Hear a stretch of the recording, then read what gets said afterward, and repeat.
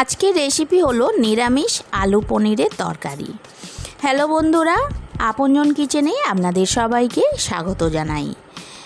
আজকের রেসিপি অত্যন্ত সহজ উপায় কিভাবে নিরামিষ আলু পনিরের তরকারি তৈরি করবেন সেটা চলুন জেনে নিন। প্রথমে গ্যাসে কড়া বসিয়ে দিন, কড়ার ভেতর দিয়ে দিন রিফাইন্ড অয়েল। তেলের মধ্যে একটু নুন ফেলে দিন যাতে তেলটা ছিটকে না আসে। তারপরে পনিরগুলোকে একটু নুন আর হলুদ দিয়ে হালকা ফ্রাই করে নিন।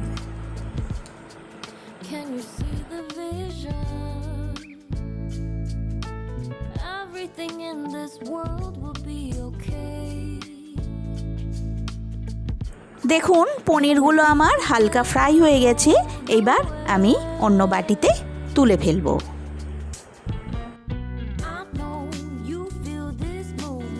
এইবার কড়ার এই তেলের মধ্যেই দিয়ে দেবো গোটা জিরে আর একটি শুকনো লঙ্কা ফোড়ন।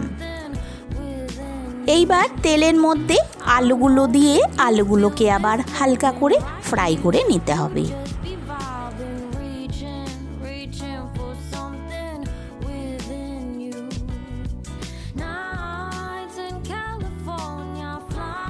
আলুর মধ্যে দিয়ে দিন দুটো কাঁচা লঙ্কা কুচি, তারপরে আবার নাড়াচাড়া করে নিন। আলুটা যখন হালকা ফ্রাই হয়ে যাবে তখন তার মধ্যে দিয়ে দিতে হবে হলুদ গুঁড়ো, লঙ্কা গুঁড়ো, জিরে গুঁড়ো, নুন, একটু টমেটো সস। এইবার আলুর সাথে মশলাগুলোকে ভালো করে কষিয়ে নিতে হবে।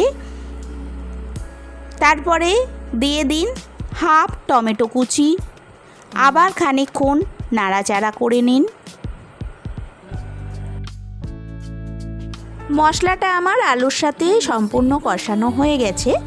এইবার এর ভেতর দিয়ে দিতে হবে জল দিয়ে একটু নাড়াচাড়া করে কড়াইটিকে ঢাকা দিয়ে দিতে হবে যাতে আলুটা সিদ্ধ হয়ে যায়।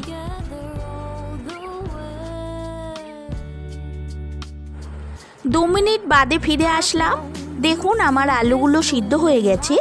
এইবার এর ভেতর দিয়ে দেবো ভেজে রাখা পনিরগুলোকে।